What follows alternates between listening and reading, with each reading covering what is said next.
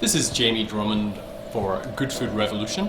I'm here with chef, proprietor of Cowbell restaurant, Mark Cutrara. How are you today, Mark? Very good. Excellent, I got the pronunciation correct on that one. Now, tell me a little bit about yourself. Tell me a little bit about, first, how you got into cooking and food. Okay, well, originally I was interested in opening restaurants, and I focused in on running them through the kitchen, and that's the best way to really have a full grasp of what's happening in your restaurant is through the back of the house, I believe. So that's how I got started cooking. I enjoy food. I've always enjoyed food, and I don't know where I'm going with this, but Was food a big part of your, when you were growing up, was food a big part in your house? it was really. My grandfather was a French pastry chef Oh, and owned a pastry shop on Bloor Street, Bloor in Palmerston. And growing up in the back of a pastry shop is quite a luxury for a kid. that would do it, actually, that would do it. Now, where were your first forays into actually chefing, cooking? I think I started first off with Massis and Eugene Shuchuk. Oh, yes, sir. And then moved on to work with Jamie Kennedy, and then opened with Susserly at Susser, and continued going, and ended up at Silver Spoon with Rocco Agostino, and then moved on to Globe Bistro to open Globe Bistro with my friend and partner Ed Hope. Now, how did Cowbell Restaurant come about? Wow, that's a good story. Well, I guess the seeds of Cowbell started with using seasonal local ingredients through the ideas that Jamie Kennedy instilled in me. And I brought that forward to a plate I started at Globe Bistro where I wanted to really localize a dish. We called it the Farmer's Plate. We had a fantastic menu set up with beautiful dishes. But the main reason of the kind of I'm trying to find a word, that the Farmer's Plate had its own beauty to itself that outshone all the other dishes, and I knew I wanted to pursue that further. And then that started the wheels turning as far as using local ingredients and dealing with farmers directly. And knowing that farmers wouldn't want to sell me strip loins by themselves, I would have to think a little bit unconventionally and work with whole animals. And working with whole animals, I needed to learn how to butcher. And that's when I went to work with Ryan Donovan at Healthy Butcher. Now, how long were you at the Healthy Butcher for? I studied with them for about 6 months. Mhm. I was there till my hands were claws and my chest was like hugely pictorialized. But I've lost all that now. So. Okay. And then how long has Cowbell been open for now? This is our third year. Third year? Yeah. Doesn't time fly? It does. Yeah, It does. And I'm really proud of what we're doing. Just coming back from New York, we I feel super proud in that I think we're one of the few restaurants doing what we are doing and within the world. And I'm very proud of what we do. Now, I had the pleasure of attending one of your whole animal butchery classes around about almost 3 weeks ago now.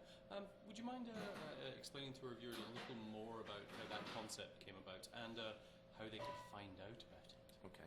Well, we post all the dates on our website, cowbellrestaurant.com.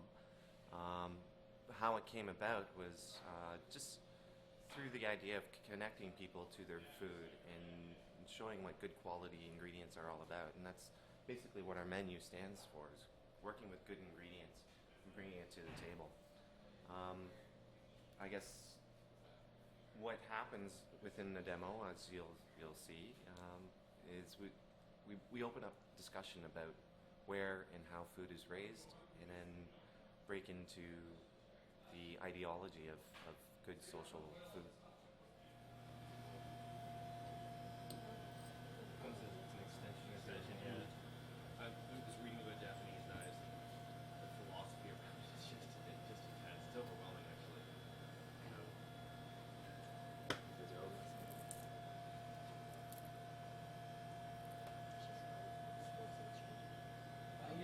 How often do you cook yourself? Too often. A lot. Now, what would you call that? This is the top sirloin. Oh. So this end here, the end of the loin that turns into the hip is called the sirloin. So this is the sirloin tip. This is beef top sirloin, and these two pieces come together. So the sirloin is basically like your love handles, the whole hip area. This is part of the top sirloin. This is part of the tri-tip, which is also part of the sirloin.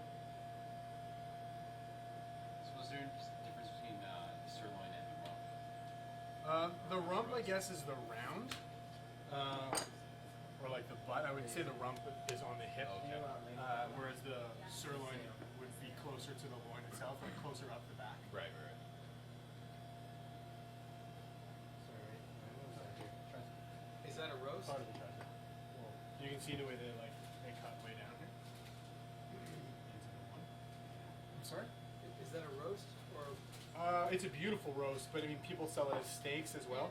But you can see that it's several. We'll take it apart, and it's several different muscles. So, if you think about a classic ribeye, it's really two muscles, not one. Right? It's got that really nice round piece, and then that layer of fat in the center, and then that teardrop-shaped piece around the outside, and that's what a classic ribeye will look like. Muscles all sort of behave differently in the animal. They need to be cooked differently. They taste differently. So when you cook a ribeye, part of it will always be a little bit overcooked, and then you've got that connective tissue in the center. Well, at Cowbell, we take every muscle apart, off every other muscle, and then treat each one independently. So in a butcher shop, you would get this, and it would be cut like this, and there'd be 3 or 4 or 5 different muscles in it, depending on how far back you go. And here, we'll break that into individual pieces, and then take out all the connective tissue that's inside. Another thing that I'd like to speak to you about was you occasionally do farmers' dinners here, where I kind of meet the farmer kind of experience, which I've greatly enjoyed in the past. Are you still continuing with that?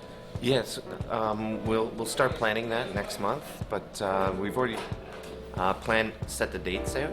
We'll do 7 or 8 farmers' nights, and where we take all our tables and gather them to the center of the room, and there's enough room for 30 guests, and we invite the farmer and the winery to the dinner, and open the table up for discussion about how that farmer works with their food, and then we cook dishes based on those foods.